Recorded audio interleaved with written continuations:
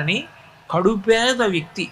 ఆయన శివుణ్ణి శివలింగం అంటే అది ఏదో చిన్న ప్రతిమ అని కాకుండా అది శివుడే అన్న నమ్మకంతో ఆ శివలింగాన్ని కటిక పేదరికంలో ఆరాధన చేస్తూ కొడుకుని రోజు శివాలయంలోకి పిలిచి, ఒరే ఎప్పటికైనా నువ్వు గంధర్వగానం చెయ్యాలరా, నీ పాట విని ఆబాలగోపాలం మురిసిపోవాలరా, తన కష్టం మరిచిపోవాలరా, నీకు అటువంటి సంగీతం రావాలరా అనేవారు.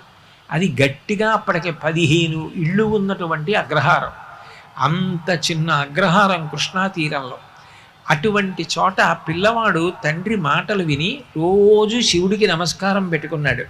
ఆ తర్వాత ఆ పిల్లవాడు కొన్ని వేల పాటలు పాడాడు. యావత్ ప్రపంచం ఆయన శరీరం వెళ్ళిపోయినా ఇప్పటికీ ఆయన పాట వినపడుతుంది. ఆయనే ఘంటసాల వెంకటేశ్వరరావు గారు.